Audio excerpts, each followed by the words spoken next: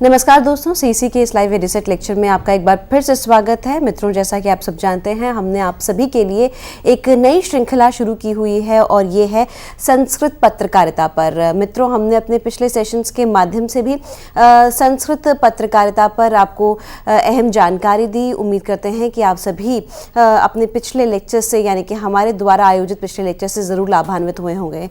मित्रों, बताना चाहेंगे ये दूसरा लेक्चर है और इसके तहत अब हम, यानी कि आज हम बात करेंगे बेसिक्स ऑफ संस्कृत। तो मित्रों, बताना चाहेंगे कि आज के सेशन में हम बात करेंगे संस्कृत पत्रकारिता के उद्भव और विकास के बारे में। और इसके लिए एक बार फिर से हमारे साथ हमारे स्टूडियो में मौजूद हैं डॉक्टर पंकज मिश्र। डॉक्टर पंकज मिश्र एसोसिएट प्रोफेसर हैं सेंट स्टीफेंस कॉलेज के संस्कृत विभाग में। तो आइए तहे दिल से इनका स्वागत करते हैं और संस्कृत पत्रकारिता के उद्भव और विकास पर और जानकारी प्राप्त करने की कोशिश करते हैं इनसे। तो डॉक्टर पंकज मिश्र, आपका एक बार फिर से स्वागत है। नमस्कार मित्रों, नमस्कार। हमने पिछली श्रृंखला में संस्कृत पत्रकारिता को लेकर के एक नया व्याख्यान शुरू किया। उस क्रम में हमने जहाँ से, यानी ईस्वी पूर्व से लेकर के और जो आधुनिक जगत तक संस्कृत की पत्रकारिता को समझने का प्रयास किया था, और वह एक सामान्य परिचय था। सामान्य परिचय से तात्पर्य है कि इस संदर्भ में हमने हिंदी आदि जितनी भी भारत में जो पत्रकारिता का उदय है उसको सविशेष हमने केंद्रित किया था। किंतु आज हम खास करके संस्कृत में पत्रकारिता का क्या स्वरूप रहा है, संस्कृत पत्रकारिता का उद्भव कब से जाना जाता है, संस्कृत के पत्र कौन कौन से रहे हैं और संस्कृत की पत्रकारिता को देखने के लिए दृष्टि हमारी क्या है, कैसी होनी चाहिए, इसके विषय में हम अभी आपसे चर्चा करेंगे। इससे पहले हमने पिछली श्रृंखला में चर्चा की थी कि पत्रकारिता क्या है, पत्रकारिता के विषय को हमने स्पष्ट किया था और वहीं से हमने यह भी रिलेट करने की कोशिश की थी कि किस प्रकार संस्कृत में समाचार के लिए वार्ता शब्द का प्रयोग किया जाता है। और ये जो वार्ता शब्द का प्रयोग है, उस वार्ता शब्द के प्रयोग को लेकर के कई सारे ऐसे हमारे सामने शब्द आते हैं, हमारे सामने व्यावहारिक जीवन में उसके प्रयोग आते हैं। और उस प्रयोग में जैसे शब्द है हमारे पास वृत्तांत, संवाद, वार्ता, प्रवृत्ति, उदंत, उदंतक, वृत्त और श्रुति। इसमें वृत्तांत, संवाद और वार्ता, ये तीनों शब्द हम लोग संस्कृत में बखूबी प्रयोग में लाते हैं। लेकिन संवाद कभी कभी कन्वर्सेशन के लिए हो जाता है, दो व्यक्ति के मध्य में जो उत्पन्न वार्तालाप है उसके लिए प्रयोग करते हैं। इसीलिए वार्ता शब्द जो है वो संस्कृत में केंद्रित हो गया है। इसीलिए आप लोगों ने सुना भी होगा कि जब आकाशवाणी से समाचार का प्रसारण होता है तो वो इस तरह से प्रारंभ होता है, इयम् आकाशवाणी संप्रति वार्ताः श्रूयन्ताम्। इसी प्रकार अगर आप दूरदर्शन में संस्कृत वार्ताओं को देखते होंगे, संस्कृत समाचार को देखते होंगे, तो वहां पर वार्तावली शब्द का प्रयोग है या संस्कृत वार्ता शब्द का प्रयोग है। तो मूल विषय ये रहा कि वार्ता शब्द का प्रयोग हम लोग संस्कृत के लिए करें, संस्कृत न्यूज के लिए, संस्कृत समाचार के लिए करें, तो वो बड़ा ही स्वाभाविक शब्द प्रतीत होता है। इसके साथ ही आपने पाया होगा कि समाचार पत्रकार सम्मेलन होता है, तो हम लोग संस्कृत में उसके लिए वार्ताहर सम्मेलन शब्द प्रयोग में लाते हैं। अब ये जो पत्रकारिता की भी एक लंबी चौड़ी व्याख्या हुई थी, उसको अगर सामान्य दृष्टि से हम अपने शब्दों में समझाने का प्रयास करें तो उसे इस प्रकार समझा सकते हैं कि जो पत्र एवं पत्रिका का प्रकाशन करता है, आलेख लिखता है, लिखवाता है, खबरों का आहरण करता है, संकलन करता है, संपादन करता है, मुद्रण करता है, वह सामान्यतया पत्रकार कहलाता है। और उसी का भाव, उसी का जो व्यावहारिक रूप है, यानी समग्र रूप से अगर उसको देखने का प्रयास करें तो वह पत्रकारिता है। अब इस पत्रकारिता की सामान्य पृष्ठभूमि क्या है, इस पत्रकारिता में कर्तव्य क्या होने चाहिए, तो अगर गंभीरता से देखें तो इसका बड़ा ही व्यापक कर्तव्य है, इसकी पृष्ठभूमि भी बहुत व्यापक है।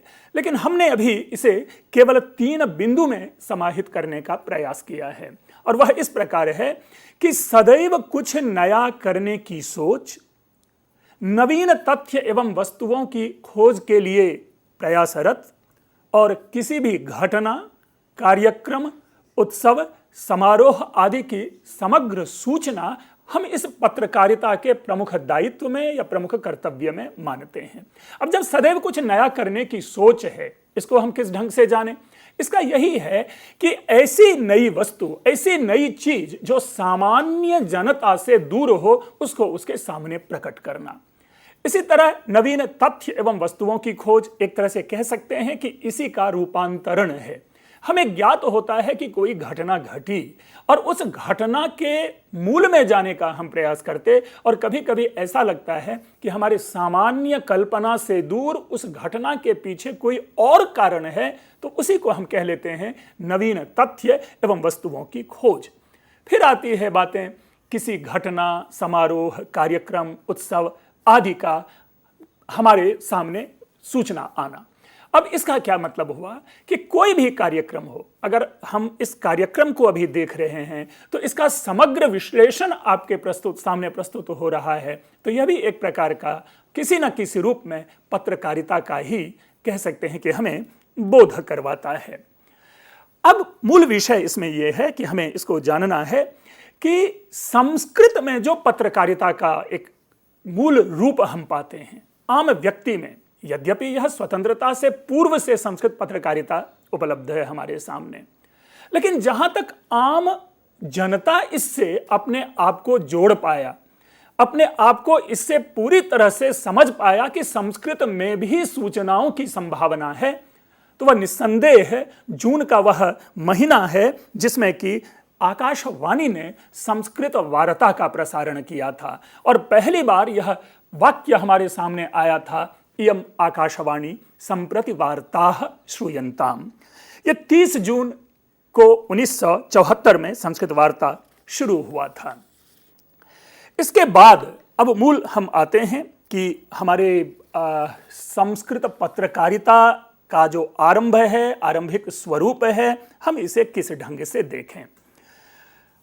हम संस्कृत पत्रकारिता के उद्भव और उसके विकास को दो रूपों में देखने का प्रयास करते हैं। सर्वप्रथम कि पत्रकारिता का आरंभिक स्वरूप क्या था, संस्कृत पत्रकारिता का आरंभिक स्वरूप क्या था, और दूसरा पत्रकारिता का अधुनातन स्वरूप क्या है। पूरी तरह से हमें इसमें सहमति होनी चाहिए कि कोई भी अगर संस्था है, कोई भी अगर कार्य है, कोई भी विषय है, तो उनको ऐतिहासिक ढंग से भी देखने का एक प्रयास होता है, और उसी प्रकार हम पत्रकारिता को भी कालखंडों में बांटते हैं, और उसी कालखंड के अंतर्गत हमने इसे दो कालखंडों में बांटने का प्रयास किया। एक जो आरंभिक स्वरूप है, जब से संस्कृत पत्रकारिता का प्रारंभ है, और उसके बाद आज किस प्रकार हमारे सामने विकसित रूप में यह जो विकसनशील पत्रकारिता है वह प्राप्त होती है, तो हम उसको भी देखेंगे और देखने का प्रयास करेंगे। जो पत्रकारिता का आरंभिक स्वरूप है, उस आरंभिक स्वरूप को हम इस प्रकार समझ सकते हैं कि भारत में भी पुनर्जागरण काल देखा गया, और इस पुनर्जागरण काल की जो सबसे बड़ी देन थी वह थी अंग्रेजी भाषा का ज्ञान, अंग्रेजी भाषा के ज्ञान के प्रति हमारा रुझान, हमारा झुकाव। और अंग्रेजी भाषा को सीखते सीखते हमने भी जाना कि हमारी क्या आवश्यकता हो सकती है, इस समाज के लिए क्या क्या चीजें हैं जिनकी हम उपयोगिता आवश्यक रूप से समझ सकें। और इस प्रकार हम विश्व एवं विश्व की गतिविधियों को जानने के लिए प्रयत्नशील हुए, और यही कारण है कि अंग्रेजी का ज्ञान परम आवश्यक था। और अंग्रेजी ज्ञान के प्रभाव से हम में स्वतंत्रता प्राप्ति की उत्कट अभिलाषा तो थी ही, लेकिन उस प्राप्ति की एक गति और तीव्र हुई, जिसके कारण हम पत्रकारिता के माध्यम से उस स्वतंत्रता की प्राप्ति की भावना को लोगों में संपोषित कर पाए, लोगों में संप्रेषित कर पाए। और इसी क्रम में, जैसा कि पिछली श्रृंखला में हमने चर्चा की थी, कई सारे समाचार पत्रों का नाम लिया था, उसी में बंगदूत हैं, प्रजामित्र है, उद्दंत मार्तंड है, काशी विद्या सुधानिधि है, ऐसे सामान्य रूप से पत्रों का उदय हुआ। लेकिन इसमें जिस प्रकार हमने चर्चा की थी कि अन्य क्षेत्रीय भाषाओं ने भी सहभागिता निभाई, अन्य क्षेत्रीय भाषाओं में भी यह चिंतन आया, उसी प्रकार संस्कृत भाषा में भी व्यापक रूप से यह परिवर्तन आया और पत्र एवं पत्रों के माध्यम से, संस्कृत की भाषा के माध्यम से लोगों में सूचना का संप्रेषण प्रारंभ हुआ। और इसी क्रम में 1 जून 1866 में काशी विद्या सुधानिधि नामक पत्र का प्रकाशन प्रारंभ हुआ। कह सकते हैं कि संस्कृत पत्रकारिता का जो आदि है, संस्कृत पत्रकारिता का यदि हम बीज की बात करें व्यापक रूप से, तो वह काशी विद्या सुधानिधि से ही प्रारंभ होता है। उसके बाद 1871 ईस्वी में बटु ऋषिकेश के संपादन में हम क्या पाते हैं कि विद्योदय नामक एक पत्र का प्रारंभ हुआ। आप देख सकते हैं स्क्रीन पे ये क्रमशः सूची है, उस सूची को देख करके काशी विद्या सुधानिधि के बाद आप पाएंगे कि बटु ऋषिकेश के संपादन में 1871 ईस्वी में विद्योदय नामक पत्रिका का प्रकाशन प्रारंभ हुआ और इस पत्रिका को लोक में बहुत अधिक प्रसिद्धि मिली। इसकी प्रसिद्धि का कारण था इसकी व्यंग्यमय शैली के साथ साथ ओजपूर्ण भाषा का प्रवर्तन। इसके बाद अप्पा शास्त्री राशि वडेकर ने संस्कृत पत्रकारिता को एक नई दिशा दी और उसी दिशा में सुनृत वादिनी नामक उन्होंने एक पत्र का प्रकाशन प्रारंभ किया 1905 ईस्वी में। हम इसे दोहरा लें कि 1905 ईस्वी में संस्कृत चंद्रिका का प्रकाशन, क्षमा करेंगे, 1893 ईस्वी में अप्पा शास्त्री राशि वडेकर ने संस्कृत चंद्रिका का प्रारंभ किया। इस संस्कृत चंद्रिका का क्या इसका भी वैशिष्ट्य हम समझ लें कि इसे संस्कृत पत्रकारिता में मील का पत्थर माना जाता है। वस्तुतः इसी ने संस्कृत पत्रकारिता कैसी होती है, कैसी होनी चाहिए, या संस्कृत पत्रकारिता से क्या हमारा प्रयोजन सिद्ध हो सकता है, उसका एक मानदंड तय किया। पुनः इसमें होता था, इनमें कई सारे विषय होते थे। एक तो समकालीन जो निबंध है वो निबंध होते थे, उपन्यास, कहानियां, यात्रावृत्त, कविताएं आदि का इसमें संकलन होता था। इसी क्रम में यह ध्यान देना भी आवश्यक है कि बंकिम चंद्र जैसे श्रेष्ठ समकालीन साहित्यकारों के भी निबंध संस्कृत में इसमें धारावाहिक रूप से प्रकाशित होते थे। और तो और संस्कृत जगत में सर्वाधिक प्रसिद्ध उपन्यासकार पंडित अंबिका दत्त व्यास जी का कालजयी उपन्यास शिवराज विजयम का भी धारावाहिक के रूप में सर्वप्रथम प्रकाशन इसी में प्रारंभ हुआ। ध्यान रखेंगे, जिन अभी पत्रिकाओं का हमने नाम लिया यह वस्तुतः पत्रिका रूप था, लेकिन उसी क्रम में एक और नई क्रांति आई अप्पा शास्त्री राशि वडेकर जी के नेतृत्व में। वह था अखबार का प्रकाशन, समाचार पत्र का प्रकाशन। और ऐसा माना जाता है कि 1905 ईस्वी में सुनृत वादिनी नाम से राशि वडेकर जी ने इसका प्रकाशन प्रारंभ किया। यह संस्कृत का पहला अखबार माना जाता है। संस्कृत का पहला अखबार होने के साथ साथ यह अखबार साप्ताहिक था। ऐसा माना जाता है कि बाल गंगाधर तिलक की केसरी की तरह यह पत्रिका भी ब्रिटेन जो शासक थे उस शासक के विरुद्ध इन्होंने एक क्रांति लाई।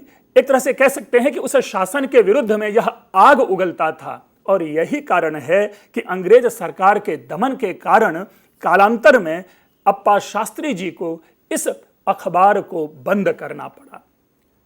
इसी क्रम में एक और बात निकल कर आती है। 1 जून 1907 में प्रकाशन होता है जयंती का तिरुवनंतपुरम से। इसके विषय में एक संदेह है, दो भ्रांतियां हैं। किसी का यह कहना है कि जयंती नामक यह जो पत्र है यह प्रथम समाचार पत्र संस्कृत का है, लेकिन जैसा ऐतिहासिक अगर हम देखें तो इनका प्रकाशन 1907 में प्रारंभ होता है और सुनृत वादिनी जिसे कि हमने अभी समाचार पत्र के रूप में लिया, इसका प्रकाशन 1905 में प्रारंभ होता है। तो तदनुसार तो यह प्रथम सुनृत वादिनी होता है, लेकिन जयंती के विषय में यह ज्ञात नहीं है कि यह दैनिक पत्र था या यह साप्ताहिक पत्र था। हां, अगर जयंती दैनिक पत्र था तो निस्संदेह हम कह सकते हैं कि प्रथम दैनिक पत्र जयंती था संस्कृत का, और अगर यह साप्ताहिक था तो सुंदरित वादिनी को हमें प्रथम साप्ताहिक पत्र मानना होता है ऐतिहासिक दृष्टि से। इस प्रकार हम यह देख पाते हैं कि लेकिन ये जयंती के साथ एक और विशेष बात क्या हुई कि जयंती नामक यह पत्र कुछ ही दिनों के बाद बंद हो गया, इसका प्रकाशन आना कम हो गया। अब होती है बातें पत्रकारिता का अधुनातन स्वरूप क्या है। हमने ये केवल प्रारंभिक कुछ पत्रों के नाम अभी लिए जो कि स्वतंत्रता प्राप्ति से पूर्व स्वतंत्रता की भावना जगाने के लिए विभिन्न आलेखों के माध्यम से जनता के सामने आता था। इसमें एक और महत्वपूर्ण विषय है, इसका संबंध केवल संस्कृत के कुछ विद्वान मात्र से नहीं था कि संस्कृत के विद्वान मात्र ही इन पत्रों को लेते थे या किसी क्षेत्र विशेष में ही नहीं, बल्कि इसके विषय में यह कहा जाता है कि ये पत्र पत्रिका अन्यान्य प्रदेशों में भी भेजे जाते थे और अन्यान्य प्रदेश के पत्रकार भी इसमें अपने आलेख भेजा करते थे। तो इस रूप में संस्कृत पत्रकारिता को हम समझ पा रहे हैं कि स्वतंत्रता से पूर्व यह पूरी तरह से स्थापित हो चुकी थी। अब जो पत्रकारिता का अधुनातन स्वरूप है, उस स्वरूप को यदि हम जानें तो इनको हम दो प्रकार से जानते हैं। एक तो हम स्वातंत्र्योत्तर वर्ती पत्रकारिता कहेंगे और दूसरा आजकल की जो पत्रकारिता है। स्वातंत्र्योत्तर वर्ती पत्रकारिता से तात्पर्य है कि स्वतंत्रता प्राप्ति के बाद भी ये पत्रकारिता चलती रही, अर्थात पत्र पत्रिकाओं का प्रकाशन होता रहा। और जब सांप्रतिकी या आधुनिक के क्रम में जो आजकल की संस्कृत पत्रकारिता है, तो हम यह देखेंगे कि किस प्रकार अन्य भाषाओं के साथ आज संस्कृत के पत्र कंधे से कंधे मिला करके सफलतापूर्वक लोगों के बीच में विद्यमान है और एक अवसर प्रदान करता है संस्कृत जगत के छात्रों और विद्वानों के लिए कि वह उस पत्रकारिता के माध्यम से अपनी इच्छा की वो पूर्ति कर सकें। तो स्वातंत्र्योत्तर वर्ती पत्रिका या हिंदी एवं अंग्रेजी भाषा की तरह ही संस्कृत में भी स्वतंत्रता के पश्चात अनेक पत्र पत्रिकाओं का प्रकाशन प्रारंभ हुआ। हम जानते हैं कि स्वतंत्रता प्राप्ति से पूर्व भारतीय पत्रकारिता का मूल उद्देश्य था राष्ट्रीय गौरव की पुनः स्थापना और अंग्रेजों से विमुक्ति। हर पत्रकारिता का अपना लक्ष्य होता है। हम क्यों कोई पत्र या कोई पत्रकारिता प्रारंभ करते हैं, कोई पत्रिका प्रारंभ करते हैं, उसका एक प्रयोजन होता है। और आप लोग सभी जानते हैं कि संस्कृत में एक बड़ा अच्छा कहावत है, बड़ी अच्छी वो एक सूक्ति है कि प्रयोजन मनुद्देश्य न मंदोपि प्रवर्तते, कि बिना प्रयोजन के मूर्ख भी कहीं गमन नहीं करता। दूसरे शब्दों में, अगर स्वतंत्रता प्राप्ति के बाद भी संस्कृत पत्रकारिता चल रही है या स्वतंत्रता प्राप्ति से पूर्व अगर संस्कृत पत्रकारिता थी तो उसका भी कोई प्रयोजन होना चाहिए, और वह प्रयोजन था अपनी जो राष्ट्रीय अस्मिता है, अपना जो भारतीयता है, उसका पुनः जागरण, उसका पुनः बोध और अंग्रेजों से विमुक्ति उसका प्रधान लक्ष्य था। लेकिन उसके बाद का जो अधुनातन स्वरूप है उसका क्या लक्ष्य रह गया? तो मित्रों, हम आप सभी जानते हैं कि हमारी स्वतंत्रता प्राप्ति के नायक महात्मा गांधी थे। तो महात्मा गांधी के विचारों, समाजवादी विचारों और एक बार पुनः राष्ट्रीयता की स्थापना को ध्यान में रख करके संस्कृत पत्रकारिता प्रारंभ हुआ, जो कि स्वतंत्रता की प्राप्ति के पश्चात का विषय है। इसीलिए यहां पर भी हमें प्रयोजन मान लेना चाहिए कि स्वतंत्रता की प्राप्ति के बाद की जो हमारी समस्याएं थीं, हमारी जो अपनी समस्या निकल करके आती थी, चाहे वो क्षेत्रीय हो, चाहे वो भाषागत हो, चाहे वो विषयगत हो या कोई विचारगत समस्याओं हो, तो उन विषयों को लेकर के स्वतंत्रता प्राप्ति के बाद की पत्रकारिता आई। लेकिन मूल रूप से जो वो फोकस रहा वो गांधीवादी विचारधारा और समाजवादी विचारधारा को लेकर के। इसके साथ एक और नई बात आई। हम लोग जैसा सभी जानते हैं कि हर चीज जो हमारे जो भी ज्ञान होते हैं वो विकसनशील होते हैं, इदमित्थम नहीं होता। हम कभी ऐसा नहीं कहते कि यही सत्य है, बल्कि हमें यह मानना चाहिए कि यह भी सत्य है। और यह भी सत्य जब हम कहते हैं तो वह कहीं ना कहीं एक डेवलपिंग जो इंटेंशन है उसको क्लियर करता है। अर्थात धीरे धीरे धीरे धीरे हम और अधिक विचारवान होते गए और इसके कारण संस्कृत पत्रकारिता में भी एक नया बदलाव आया। और वह यह आया कि संस्कृत के भी पत्र यथा समय अलग अलग रूप से किसी एक विषय को लेकर के प्रकाशित होना शुरू हो गया। हम जिसे विशेषांक कहते हैं, अर्थात एक ही पत्र के विभिन्न विषयों को आधार बना करके पृथक पृथक अंश आने लगे। अब जैसे उदाहरण के लिए हम एक पत्रिका आती थी गीता प्रेस गोरखपुर से, वो है कल्याण। तो आपने देखा होगा कि कभी उसे धर्म विशेषांक नाम दे दिया गया, कभी उसे कह सकते हैं कि उपनिषद विशेषांक नाम दे दिया गया, कभी गीता विशेषांक दे दिया। इसके आधार पर यह कहते हैं कि उन से संबंधित विषय जो है वही विषय उस विशेष अंक में प्रकाशित होते थे। उसी प्रकार इन पत्रिकाओं की भी यही दशा थी। कभी कथा अंक होता था, कभी कविता अंक में ये पत्रिकाएं प्रकाशित होती थीं। लेकिन 20वीं शताब्दी के उत्तरार्ध में एक नई क्रांति आई और वह क्रांति थी किसी न किसी रूप में जिसे हम कहते हैं कि सूचना क्रांति, इंटरनेट। इस सूचना क्रांति ने हमें पूरी तरह से पूरे विश्व को एक गांव के रूप में परिणत कर दिया, जिसे वसुधैव कुटुंबकम कहते हैं, या वेद की भाषा में हम जिसे यत्र विश्वम भवत्येक नीडम कहते हैं। तो उस समस्त उपयोगिता की सिद्धि हमने इस पत्रकारिता के माध्यम से पाया। और इसके अंतर्गत यह देखा गया कि कई ऐसे नूतन विषय हमारे समक्ष आए, कई ऐसी नूतन परिचर्चाएं हमारे सामने प्रारंभ हुई जिन्होंने पत्रकारिता की दशा और दिशा को पूरी तरह से बदल के रख दिया। उदाहरण के रूप में आज हम बैठे बैठे कोई भी अखबार पलटें तो उसमें मनोरंजन भी है, उसमें क्रीड़ा भी है, उसमें क्षेत्र विशेष से संबद्ध बात भी है, उसमें कृषि से भी बात है, उसे बाल जगत से संबद्ध बातों को हमने उसमें लाया और हम उसको जान पाते हैं। तो इस प्रकार जो अधुनातन स्वरूप है संस्कृत पत्रकारिता का, ये बहुत व्यापक रूप में हमारे सामने परिवर्तित होकर के आया और इसमें संस्कृत भी इस नूतन परिवर्तन से अछूता नहीं रहा।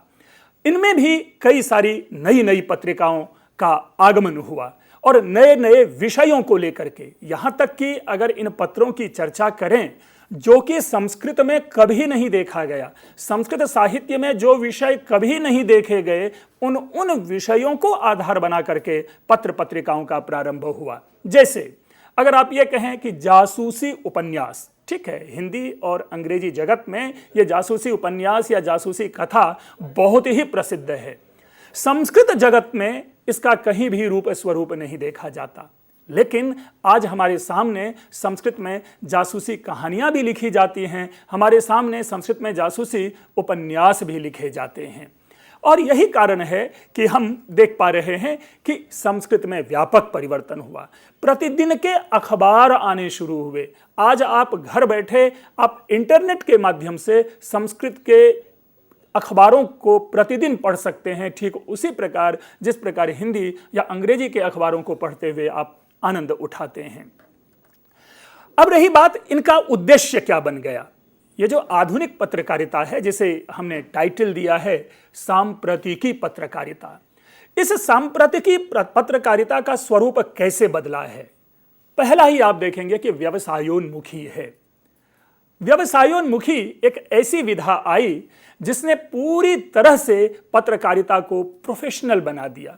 और जब कोई भी कार्य प्रोफेशनल तरीके से, व्यावसायिक तरीके से होता है तो उसमें गुणवत्ता में परिष्कार होता है और उसमें एक प्रतिस्पर्धा की भावना जगती है अच्छा करने के लिए। संस्कृत में भी यह व्यवसायोन्मुखता देखी गई। आप पाएंगे कलर्ड या ग्लॉसी पेपर ऐसे जो है, इसमें संस्कृत के पत्र आने प्रारंभ हो गए। दूसरा जो हमने आज की पत्रकारिता का मूल रूप देखा, वह है सूचना क्रांति के कारण पत्रकारिता में क्रांति आई।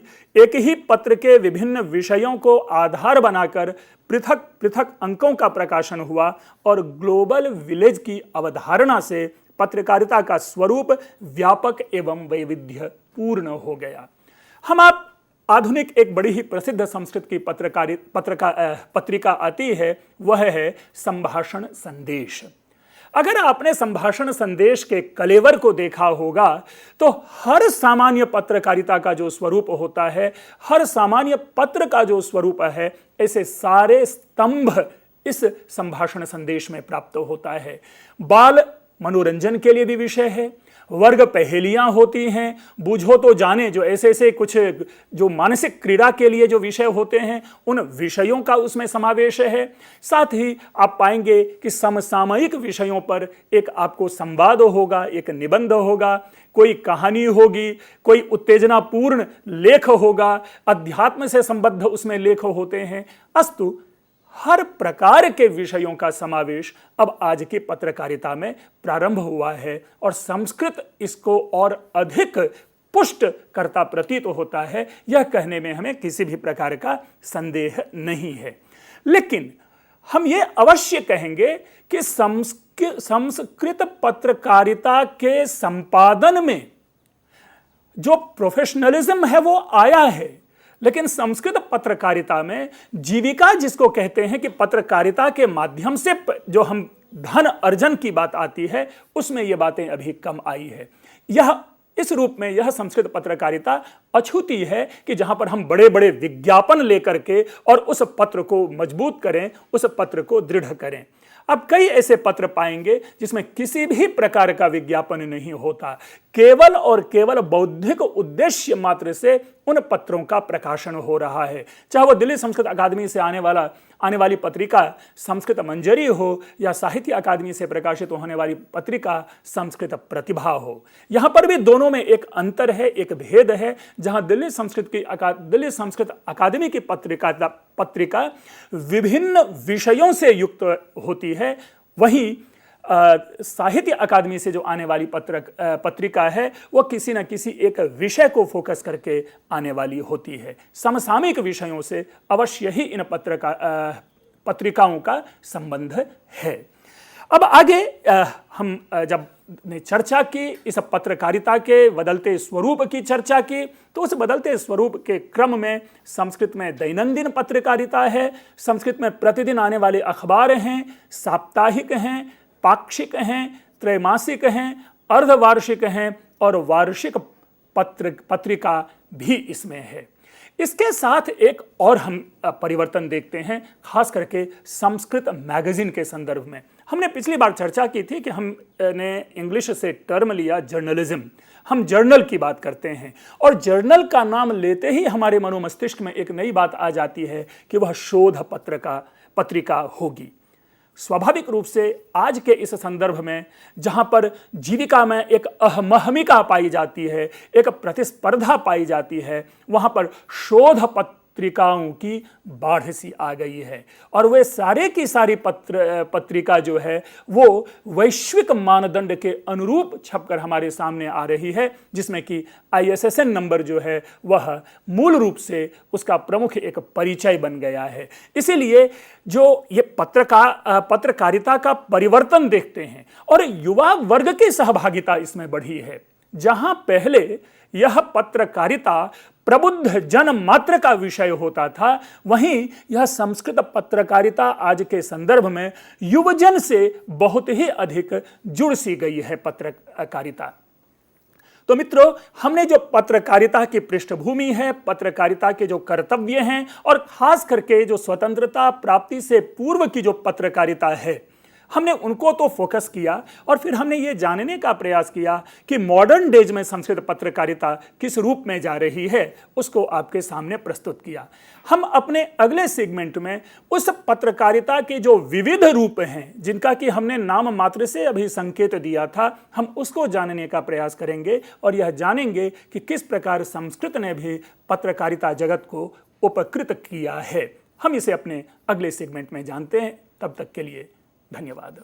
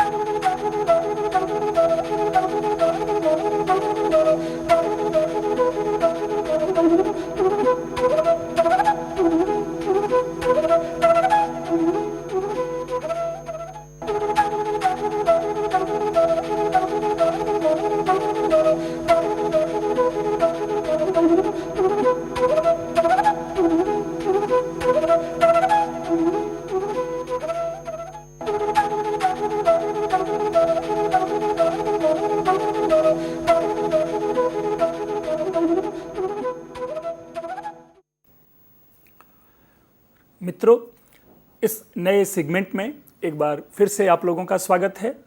आपने पिछले सेगमेंट में ध्यानपूर्वक सुना होगा, जिसमें हमने संस्कृत पत्रकारिता के दो रूपों की चर्चा की थी, जिसमें कि एक स्वातंत्र्योत्तर वर्ती पत्रकारिता थी और दूसरी पत्रकारिता जो पत्रकारिता का आधुनिक परिवेश में बदलता हुआ रूप है, हमने उसकी चर्चा की थी।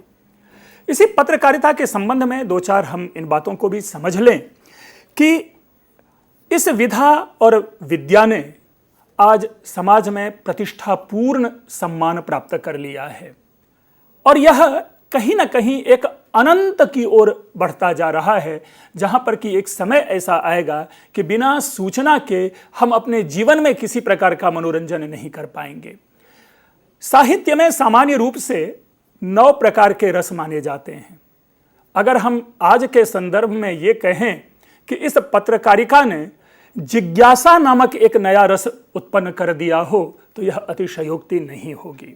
और अगर उस जिज्ञासा को हम जानने की कोशिश करें तो उसको इस रूप में हम देख सकते हैं कि कैसी जिज्ञासा होती है हमारी, हम मानवों की जिज्ञासा किस रूप में बढ़ती जाती है। छोटी छोटी बातों को जानने के लिए हम किस प्रकार उत्सुक होते हैं। आप ध्यान दें कि जब कोई क्रिकेट का मैच चल रहा होता है तो आप किस प्रकार जानने के लिए उत्सुक होते हैं कि कितने रन बने, कितने विकेट गए, किसने विकेट लिया, कौन खेल रहा है, किसने सेंचुरी लगाई। अगर यह सूचना हमारे पास नहीं आती है तो आप उस क्षण को स्मरण करें कि हमारी छटपटाहट कैसी होती है।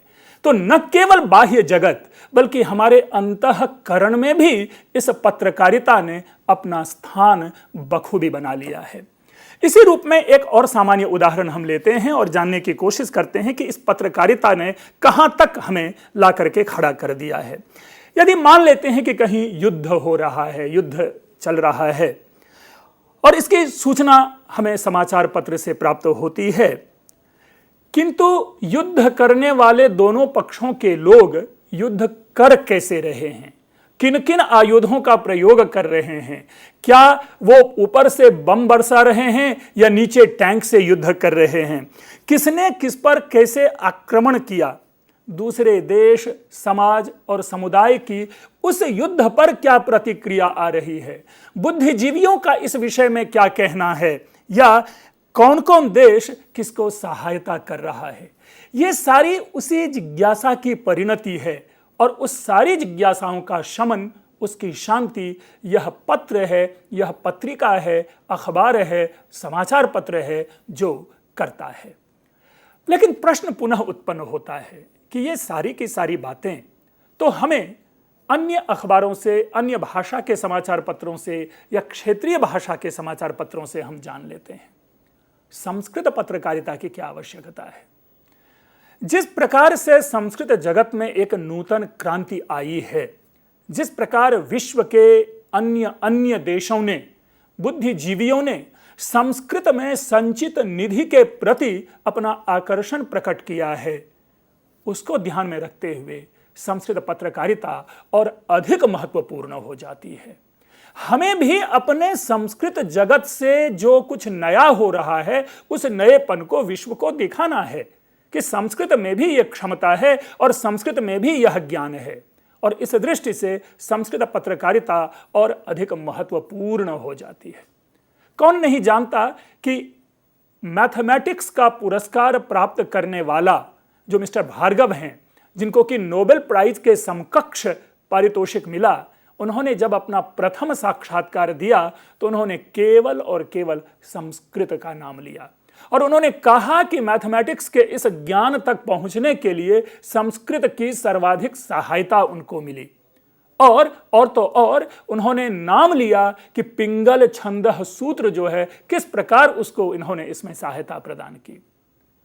हम लोगों ने इसे संस्कृत के माध्यम से जाना, संस्कृत के समाचार में इसका प्रसारण हुआ, संस्कृत के अखबारों में निकला, फिर वहां से ये बात सारी दुनिया में फैलती है। मूल विषय है, यह भी एक सूचना ही थी और उस सूचना का प्रसारण हमने संस्कृत के प्रसार के लिए उपयोग में लाया। वस्तुतः यहां पर पत्रकारिता की जो है वो अनवर्थता सिद्ध होती है। हमने पिछले सेगमेंट में कई प्रकार की पत्रकारिताओं की चर्चा की थी, उसी में कुछ सूची हम अपने पास इस स्लाइड्स के माध्यम से दिखा रहे हैं। आप देखेंगे कि कई प्रकार के नाम हैं। बाल पत्रकारिता है, क्रीड़ा पत्रकारिता है, वाणिज्य पत्रकारिता है, विज्ञान पत्रकारिता है, हास्य व्यंग्य पत्रकारिता है, ग्रामीण, कृषि, चलचित्र, युवा, महिला, धार्मिक, ब्रेल, सर्वोदय और छायांकन पत्रकारिता। मैं पुनः इसमें स्पष्ट कर दूं कि हम केवल इतने मात्र से इस पत्रकारिता का संबंध बना करके नहीं रख रहे हैं, बल्कि इसके माध्यम से हम ये कहने का प्रयास कर रहे हैं कि अन्य भी कई प्रकार की पत्रकारिता हो सकती है, लेकिन सामान्य रूप से प्रतिदिन हमें अपने सारे के सारे पत्रों में इन विषयों पर लेख, आलेख, सूचना हम प्राप्त करते हैं। तो इसीलिए ये सारे नाम हमारे सामने हैं और इन सारी विधाओं का हम प्रवेश संस्कृत पत्रकारिता में भी देख सकते हैं। उदाहरण के रूप में अगर हम केवल और केवल बाल पत्रकारिता को कंसंट्रेट करें तो आप लोग हिंदी में एक बच्चों की जो पत्रिका है उसका नाम जानते होंगे, चंदा मामा। संस्कृत में भी इसी प्रकार की कहानियों से युक्त चंद मामा नामक पत्रकारिता हमारे सामने पत्रिका आती है और हमने भी बड़े ही चाव से न केवल बचपन में बल्कि अभी भी इसे पढ़ते हैं और आप चाहें तो इसे घर बैठे मंगा करके पढ़ सकते हैं। क्रीड़ा पत्रकारिता, अगर आप आज का कोई भी पत्र, कोई भी अखबार उठा लें या प्रतिदिन आकाशवाणी और दूरदर्शन पे जो आने वाले हमारे संस्कृत के समाचार हैं, उनमें भी आप पाएंगे कि सामान्य रूप से विश्व में कौन कौन सी क्रीड़ा हो रही है, कहाँ किसकी जीत हो रही है, कहाँ किसकी हार हो रही है, हम भी उसे संस्कृत के माध्यम से प्रस्तुत करते हैं। वाणिज्य पत्रकारिता जो व्यवसाय जगत से है, आर्थिक जगत से है। अब रही बात विज्ञापन पत्रकारिता, ध्यान रखें कि यह विज्ञापन पत्रकारिता के भी कई रूप हो सकते हैं। एक तो है केवल और केवल विज्ञापन का छपना, लेकिन विज्ञान पत्रकारिता है। यहां पे विज्ञान पत्रकारिता से संबद्ध केवल यह है कि विज्ञान जगत के जितने विषय हमारे सामने हैं, चाहे वो आविष्कार हो, चाहे किसी प्रकार का इसमें कोई नई बातें कही हो, या कहीं पे विज्ञान सम्मेलन हो रहा हो, या संस्कृत के शास्त्रों में विज्ञान किस प्रकार है, उस प्रकार की बातों को संस्कृत के माध्यम से लोगों तक पहुंचाने का प्रयास हो, तो वह विज्ञान पत्रकारिता में हम पाते हैं। अभी आए दिन आपने चाहे वो हवाई जहाज या वायुयान की बात की हो, जहां भारद्वाज ऋषि ने प्रथम रूप से कहा जाता है कि वायुयान का आविष्कार किया था। ये अलग चिंतन का विषय है, ये हमारे लिए संवाद का विषय हो सकता है कि किसने किया, लेकिन कहीं ना कहीं वह स्वरूप वहां प्राप्त होता है। भले ही पुष्पक विमान नहीं हो, लेकिन कल्पना में ये बातें आती है और इसके आधार पर संस्कृत फिक्शन भी लिखे जाते हैं, जिसके आधार पर हम उसको जानने की कोशिश करते हैं। फिर रही बात, आपने चिकित्सा शास्त्र है, आयुर्वेद है, इन विषयों को लेकर आए दिन कोई ना कोई नया आलेख आप प्राप्त करेंगे जो संस्कृत में होता है और उसके माध्यम से हम संस्कृत के विज्ञान को जान पाते हैं। तो यही कारण है कि संस्कृत का एक अटूट पक्ष आज बन गया है विज्ञान पत्रकारिता, हास्य व्यंग्य पत्रकारिता। आज तो पूरा का पूरा माहौल ही हम लोग हंसने खेलने का है, खूब हंसते हैं। जिस प्रकार से ये दूरदर्शन में क्रांति आई है कि हास्य व्यंग्य को आधार बना करके नए नए धारावाहिक आ रहे हैं, लेकिन संस्कृत भी इससे अछूता नहीं है। एक छोटा सा इसी रूप में जो मैंने संस्कृत की पत्रकारिता में, संस्कृत के पत्र में एक छोटा सा चुटकुला सुना था, अगर उसे सुने तो वो और अच्छा लगेगा। आप लोग सभी जानते हैं कि संस्कृत में 3 पुरुष होते हैं, प्रथम पुरुष, मध्यम पुरुष और उत्तम पुरुष, अन्य पुरुष। तो इसी प्रकार एक किसी व्यक्ति की नई नई शादी होती है तो उनकी पत्नी पहली बार उनके पास आती है और बड़े ही शर्माती हुई कहती है कि ए जी, आप ही मेरे जीवन के प्रथम पुरुष हैं। जो पुरुष था, जो पति था, वो ठहरा व्याकरण का जानकार, उन्होंने छूटते ही पूछ लिया, तो आपके जीवन के अन्य पुरुष कौन हैं? तो ऐसा नहीं है कि संस्कृत में भी हास्य व्यंग्य नहीं है, संस्कृत में भी हास्य व्यंग्य उत्पन्न किए जा रहे हैं। और आप जब आलेख पढ़ेंगे, आप जब पत्रिका पढ़ेंगे या अखबार पढ़ते हैं तो स्पेशली उसमें एक कॉलम होता है जहां पर कि संस्कृत के माध्यम से आप व्यंग्य पाते हैं, आप हास्य पाते हैं। ग्रामीण पत्रकारिता एक ये नया विषय है, ग्रामीण पत्रकारिता को भी समझना आवश्यक होता है। क्या गांव के विषय में सूचना देना मात्र ग्रामीण पत्रकारिता है? मैं समझता हूं ऐसा नहीं, बल्कि ग्राम्य समस्या, ग्राम जीवन, ग्राम झांकी, इन विषयों को आधार बना करके जो हमारे सामने ग्रामीण तथ्य प्रकट होते हैं, हम उसे ग्रामीण पत्रकारिता कहते हैं। या दूसरे शब्दों में, गांव की सुविधाओं के लिए जो बातें हम गांव तक संप्रेषित करते हैं, हम उसे ग्रामीण पत्रकारिता के माध्यम में स्वीकार करते हैं। कृषि पत्रकारिता प्रतिदिन आप देखेंगे, बल्कि अगर आप बैकग्राउंड में भी देखें तो आपको एक पंक्ति नजर आएगी जिसमें इंग्लिश में लिखा हुआ एग्रीकल्चर और गेहूं की बालियां दिख रही हैं। कहीं ना कहीं यह फोकस कर रहा है उसी कृषि की ओर, कृषि की दिशा को तय कर रहा है। तो कृषि विषयक सूचना, कृषि में क्या नई क्रांति आई है, कौन सी फसल जो है सर्वाधिक उपजाऊ हो रही है, हमें किस प्रदेश में कौन से अनाज उत्पन्न करने चाहिए, इसकी सूचना आ रही है। किस अनाज की अत्यधिक उत्पादन के लिए किस प्रकार के खाद का हम प्रयोग करें, इनकी सारी की सारी सूचनाएं, इन पर आलेख, इन पर निबंध, इन पर शोध आजकल पत्रिकाओं का विषय बन गया है। तो इस रूप में ग्रामीण पत्रकारिता भी कहीं ना कहीं पत्रकारिता को प्रभावित कर रही है और संस्कृत में भी ये विषय हमारे लिए उपलब्ध हैं। चलचित्र पत्रकारिता, युवा पत्रकारिता, महिला पत्रकारिता, ये कहीं ना कहीं किसी न किसी रूप में एक मनोरंजन का सेगमेंट बनता है, जहां पर कि हर आए दिन कहाँ सिनेमा जगत में क्या बातें हो रही है, कहाँ पर फैशन शो है, किसने फैशन शो में अपने को स्थापित किया, कौन मिस इंडिया बना। ठीक है, हम ये सारी की सारी बातें ध्यान रखेंगे, हम किसी ना किसी एक भाषा के माध्यम से जानते हैं। इसका यह मतलब नहीं कि अगर वो फैशन का आयोजन है तो उसका आयोजन किसी भाषा विशेष के लिए होता है, नहीं। यही सूचना सुदूर अगर आपको तमिल भाषा में प्रकाशित होती है तो लोग उसे तमिल भाषा के माध्यम से जानते हैं कि कौन सी मूवी रिलीज हो रही है या कौन सी मूवी फ्लॉप हुई। इसी प्रकार हम भी इन विषयों का संशोधन, समायोजन, ये सारी की सारी चीजें संस्कृत के माध्यम से जनता के सामने प्रस्तुत करते हैं और जनता उसी प्रकार उस सूचना का लाभ उठाते हैं जिस प्रकार अन्य भाषा के लोग उस सूचना का लाभ उठाते हैं। महिला पत्रकारिता, महिला पत्रकारिता आज की एक जीवंत कह सकते हैं रूप है हमारे सामने, जहां पर कि महिलाओं के इश्यूज को लेकर के कई प्रकार की बातें, कई प्रकार के शोध, कई प्रकार के तथ्य और कई प्रकार के परिवर्तन की बात करता है। और आए दिन आप हमेशा संस्कृत में पाएंगे कि महिला विमर्श को लेकर के, नारी विमर्श को लेकर के लेख आलेख छपते हैं और वो भी संस्कृत में। खास करके उन विषयों पर विशेष बातें की जाती है कि हमारे प्राचीन साहित्य में महिलाओं का क्या स्वरूप रहा है, उनको लेकर के काफी चर्चा हमारे पत्रों में होती है, जिसको पढ़ करके हम एक आधुनिक समाज में भी भारतीय समाज को देखने की कोशिश करते हैं, ना कि हम विदेशी समाज को उसके माध्यम से देखने की कोशिश करते हैं। धार्मिक पत्रकारिता, कोई भी पत्रकार हो, कोई भी क्षेत्र हो, कोई भी विषय हो, कहीं भी बिना धर्म की चर्चा की बातें आगे नहीं बढ़ती। बड़े से बड़े अखबार की बात कर लें, उसमें भी एक कॉलम होता है जिसमें कि धर्म के विषय पर या धर्म से संबद्ध कोई ना कोई लेख, कोई ना कोई आलेख, सूक्ति, वचन, उपदेश अवश्य ही छपे होते हैं, और वो धार्मिक पत्रकारिता है। ब्रेल पत्रकारिता, हो सकता है कि ये शब्द नया हो अपने लिए, लेकिन इसे नया हम न माने। ये लुई ब्रेल हुए थे जिन्होंने जो दृष्टिहीन छात्र हैं, जो प्रज्ञाचक्षु हैं, ऐसे व्यक्तियों के लिए एक विशिष्ट लिपि का आविष्कार उन्होंने किया था।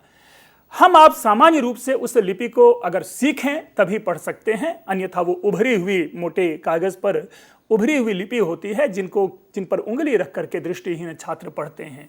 तो ब्रेल पत्रकारिता का मतलब यहाँ सामान्य रूप में यही है कि जो प्रज्ञाचक्षु छात्र हैं, जो दृष्टिहीन छात्र हैं, उनके लिए जो विषय हैं, उनके लिए जो सूचना है, उन सूचनाओं का आहरण, उन सूचनाओं का संपादन और उन्हीं सूचनाओं का संप्रेषण वहां तक किया जाता है।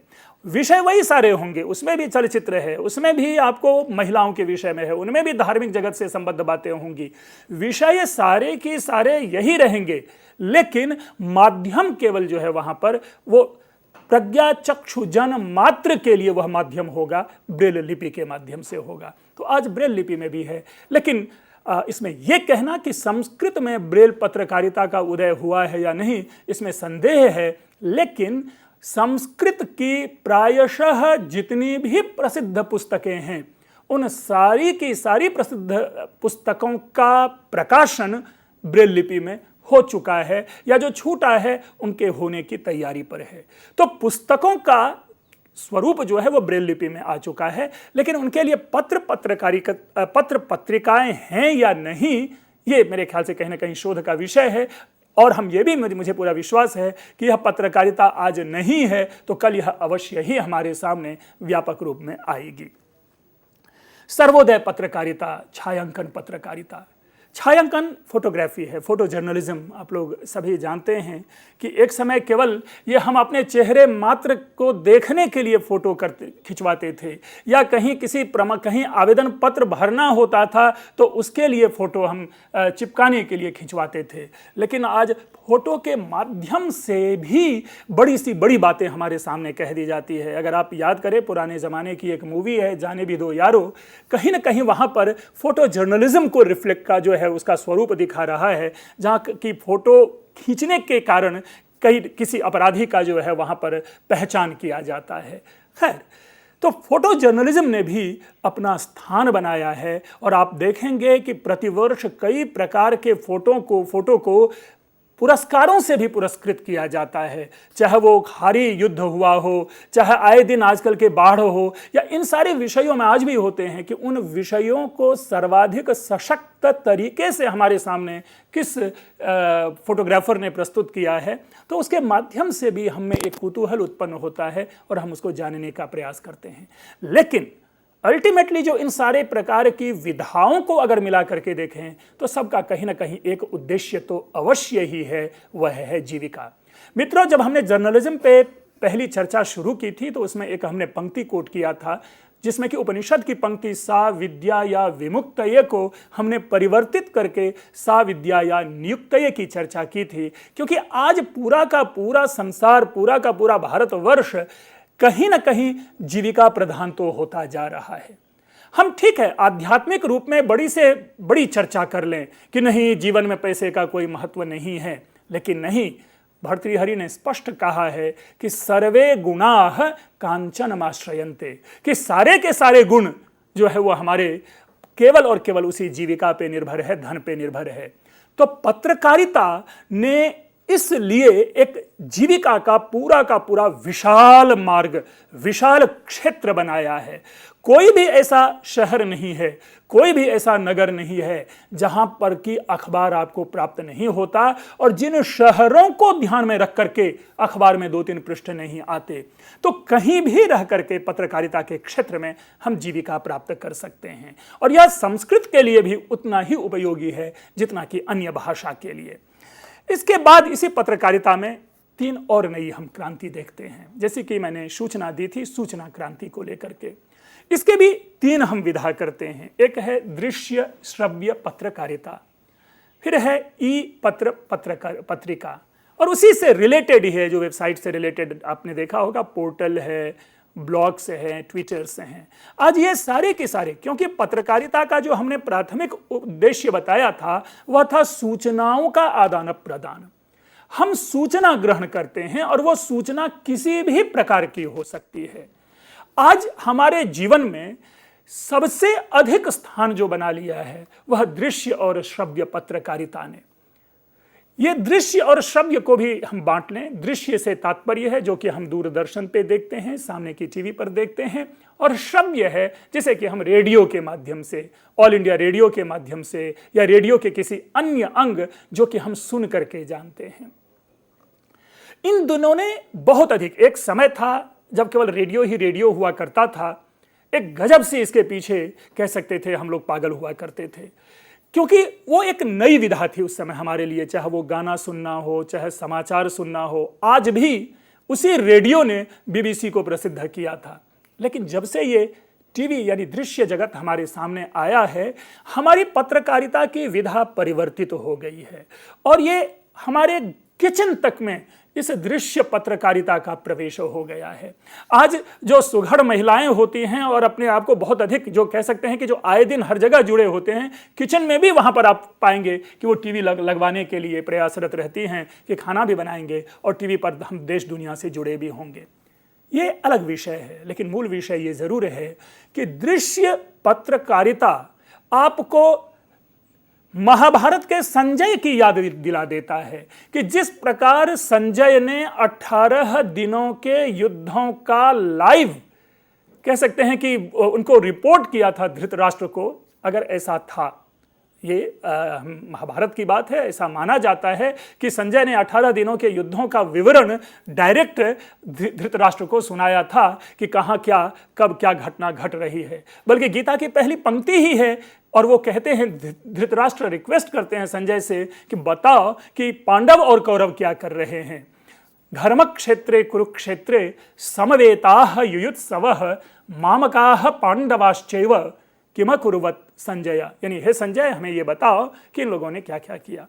तो अगर वो बातें हैं तो अब हम अपने सामने बैठे रहते हैं, लाइव बैठे रहते हैं, आसानी से हम कोई भी घटना साक्षात देख सकते हैं कि अगर हम यहाँ बैठे हैं तो इसी क्षण सुदूर केरल में क्या हो रहा है, कन्याकुमारी तट पे किस प्रकार पर्यटक अपने को आनंद में निमग्न किए हुए हैं, वो साक्षात यहाँ से बैठे बैठे हम देख लेते हैं। आपने देखा होगा यह इसी दृश्य पत्रकारिता का परिणाम है कि सूर्य ग्रहण हो या चंद्र ग्रहण हो, हम उसको घर बैठे देख लेते हैं कि किस प्रकार वो परिवर्तन होते होते पूरा का पूरा सूर्य ग्रहण होता है और पूरा का पूरा चंद्र ग्रहण होता है। तो निस्संदेह कहीं ना कहीं जो प्रिंट मीडिया है, जिसको कि हम बार बार पत्र और पत्रिका के माध्यम से कह रहे थे, आज उस पत्र और पत्रिका को प्रतिस्पर्धा के कारण दृश्य पत्रकारिता ने कहीं ना कहीं हानि जरूर पहुंचाई है। लेकिन हानि को हम हानि रूप में ना देखें, वह भी कहीं ना कहीं किसी न किसी रूप में एक लाभ के रूप में ही है, और दृश्य पत्रकारिता हमारे और आपके सामने है, बल्कि दृश्य के कारण ही हम और आप आमने सामने हैं। इसके बाद ई पत्र पत्रिका, कई ऐसे प्राचीन चीजें हैं जो हमारे जीवन से छूट गई। इंटरनेट, इस इंटरनेट, आप घर बैठे कहीं भी किसी भी चीज के विषय में तथ्यात्मक पुष्टि करनी हो, 1 मिनट इंटरनेट पे हम डालते हैं और सारी की सारी सूचनाएं हमारे सामने आ जाती है। बहुत अधिक इसमें व्यापक विश्लेषण की आवश्यकता ही नहीं है कि इंटरनेट है क्या। आज हर व्यक्ति कंप्यूटर से जुड़ा हुआ है, और जो व्यक्ति कंप्यूटर से जुड़ा हुआ है वो पूरी की पूरी पृथ्वी से जुड़ा हुआ हो, चाहे अभी किसी भिन्न प्रदेश में रात ही क्यों ना हो रहा हो, लेकिन वहां पर भी हम आसानी से बैठी बात आदान प्रदान कर लेते हैं, सूचनाओं का संप्रेषण कर लेते हैं। तो इस इंटरनेट ने, कह सकते हैं कि मानवीय बुद्धि को कितना अधिक व्यापक बना दिया है, और यह भी इसी पत्रकारिता का एक अंग है। इंटरनेट केवल मनोरंजन का साधन मात्र नहीं है, सूचनाओं का आदान प्रदान इससे जितना सहज आज हो रहा है उतना किसी भी विषय से नहीं। और यही कारण है कि जो प्राचीन जो व्यवस्था थी हमारी, वो सारी व्यवस्था धीरे धीरे आज हम धीरे धीरे लिखना कम हो रहे हैं। जो हम लोग पहले चाहे वो पेन से लिखते थे, हमारा कागज और कलम का संपर्क होता था, अब क्या होता है कि मशीन और हमारी उंगलियों का संपर्क रह गया है कि जिसमें हम टाइप करते हैं और कोई नई सूचना प्राप्त कर लेते हैं। तो इंटरनेट जगत पे हम ई पत्र पत्रकारिता देखते हैं, जिसका एक व्यापक अंग है, आप पाएंगे पोर्टल है, ब्लॉग्स है और ट्विटर है। ब्लॉग्स पर हर व्यक्ति जिन्होंने अपना ब्लॉग्स का अकाउंट बना रखा है, अपने जो विचार हैं, हम एक बात और जाने, यहाँ पर कहीं भी हो, किसी भी क्षेत्र में हो, एक सिद्धांत सदैव वहां पे विद्यमान रहता है और वह है मुंडे मुंडे मतिर्भिन्ना। हर व्यक्ति के अपने अपने विचार होते हैं। जरूरी नहीं है कि मैं जो कह रहा हूं वही विचार सही हो सकता है कि सामने वाला भी उस विषय में कोई अन्य विचार रखता हो, कोई भिन्न व्यक्ति कुछ अन्य विचार रखता हो। तो इस प्रकार से जितने भी प्रबुद्ध जन हैं, जितने भी बुद्धिजीवी जन हैं, हम उनके विचारों को एक ही विषय पर अलग अलग तरीके से उन विचारों को इसी ब्लॉग के माध्यम से जान पाते हैं। और ये ब्लॉग भी जो है कहीं ऐसा नहीं है कि ब्लॉग आपको किसी एक विषय को लेकर के केंद्रित है। हर विषय को लेकर के ये राष्ट्र भक्ति से लेकर के धर्म, जो अध्यात्म भक्ति है, ईश्वर भक्ति तक की सारी बातों का इसमें समावेश हम ब्लॉग में पाते हैं। और ट्विटर, आज ट्विटर बस 2 या 3 वाक्यों का ऐसा सूत्रात्मक पत्रकारिता है, हम इसको कहते ही हैं कि ये सूत्रात्मक पत्रकारिता है, जहां पर कि 1 या 2 या 5 या 10 शब्दों में समस्त सूचना का समावेश कर दिया जाता है। ट्विटर पे भी हम आप सभी आज विद्यमान हैं और ट्विटर को बहुत बखूबी यूज करते हैं और उनसे हम पूरे संसार से जुड़े हुए हैं। तो जो हमने जो चर्चा प्रारंभ की थी, पत्रकारिता की पृष्ठभूमि, पत्रकारिता का कर्तव्य, पत्रकारिता का आधुनिक स्वरूप, हमने आज इसको बखूबी इन कुछ नई पत्रकारिता के माध्यम से जानने का प्रयास किया। लेकिन मित्रों, हमारा मूल उद्देश्य है संस्कृत पत्रकारिता। संस्कृत में किस प्रकार इन सारी बातों का समावेश है संस्कृत में भी आप दृश्य और जो प्रसार है, आपने बखूबी जाना होगा कि रेडियो से नाटक भी प्रस्तुत हो रहे हैं, नाटक भी सुने जाते हैं, संस्कृत नाटक, ध्यान रखेंगे। रेडियो से समाचार सुबह शाम आप सुनते हैं, तो वो हमारे लिए श्रव्य पत्रकारिता का विषय है। इसी प्रकार दूरदर्शन पे भी अलग अलग समय में यथा समय संस्कृत धारावाहिक भी आते रहे हैं, संस्कृत समाचार भी आते हैं, संस्कृत के अन्य विषय भी आते हैं, संस्कृत की डॉक्यूमेंट्री भी आती है, संस्कृत की सूचनाओं को हमारे सामने तक प्रस्तुत करने के लिए। तो इस प्रकार दृश्य पत्रकारिता भी संस्कृत में है। हाँ, हम ये जरूर कह सकते हैं कि चूंकि संस्कृत आज हमारी बोलचाल की भाषा नहीं है, हमारी जीविका की भाषा नहीं है, हमारे ऑफिस की भाषा नहीं है, किसी राज्य विशेष की भाषा नहीं है, इसलिए उसमें संवाद जो है वो कम है, इसमें जो एक व्यापकता होनी चाहिए वो कम है। लेकिन निस्संदेह संस्कृत को जानने वालों की संख्या अगर बढ़ती है तो इसमें भी हम समझ सकते हैं कि एक व्यापकता आएगी, एक विपुलता आएगी और उसमें भी लोगों की सहभागिता बढ़ेगी। तीसरी सबसे बड़ी बात जो इसके माध्यम से और हम कहना चाहते हैं कि आज तक जो हमने ये 2 लेक्चर में सुने संस्कृत के, वो पूरे व्यापक जो पास्ट है उसको जानेंगे। लेकिन संस्कृत की पत्रकारिता को पुष्ट कैसे किए जाए, संस्कृत की पत्रकारिता में और नए नए विषय का समावेश कैसे किया जाए, या आज जिस प्रकार की पत्रकारिता चल रही है उसका एप्लीकेशन हम संस्कृत में कैसे करें, हम उनको अपने आगे के जो सत्र होंगे, आगे के जो व्याख्यान होंगे उसमें जानने का प्रयास करेंगे। लेकिन इसमें कहीं भी हमें यह नहीं सोच बनानी है कि संस्कृत पत्रकारिता ने भी न केवल भारतवर्ष को बल्कि समस्त जगत को एक नई दिशा दी है और इसी दिशा में हमें चलना है, तो संस्कृत पत्रकारिता अवश्य ही समृद्ध होगी। धन्यवाद आप लोगों का, बहुत बहुत धन्यवाद। इसी के साथ हम धन्यवाद देना चाहेंगे डॉक्टर पंकज मिश्र का, जिन्होंने एक बार फिर से हम सभी को लाभान्वित किया है संस्कृत पत्रकारिता पर अहम जानकारी देकर, वो बातें कहकर जिन्हें हम कई बार जानते भी हैं और जिन्हें कई बार हम भूल जाते हैं या उन्हें समझने की कोशिश नहीं करते हैं। तो मित्रों, हम यही चाहेंगे कि आप अपनी समझ को यूं ही बढ़ाते रहें और इन लेक्चर्स को देखते रहें। जल्द इस लेक्चर को आप सभी के लिए यूट्यूब पर अपलोड कर दिया जाएगा और जिस प्रकार निरंतर आप अपनी प्रतिक्रियाएँ हमारे साथ साझा करते हैं और यही चाहते हैं कि हम विभिन्न विषयों में आप सभी के लिए लेक्चर्स आयोजित करें। तो मित्रों, ये हमारा वादा है आपसे कि हम निरंतर आपके लिए ऐसे विषय आयोजित करते रहेंगे, ऐसे लेक्चर्स आयोजित करते रहेंगे जिन पर आप जानकारी प्राप्त करना चाहते हैं। तो इस लेक्चर से संबंधित अगर कोई भी प्रश्न आपके पास है तो आप वो प्रश्न हमारे साथ साझा कर सकते हैं, हमें मेल कर सकते हैं। हमारी ईमेल आईडी है info.cc@nic.in। आपसे जल्द मुलाकात होगी और फिर हम इस श्रृंखला को आगे बढ़ाएंगे और आगे कोशिश करेंगे कि और कुछ जाने, बहुत कुछ जाने और अपनी समझ को, अपने ज्ञान को और समृद्ध करें। तो आपसे फिर मुलाकात होगी, तब तक के लिए नमस्कार। नमस्कार।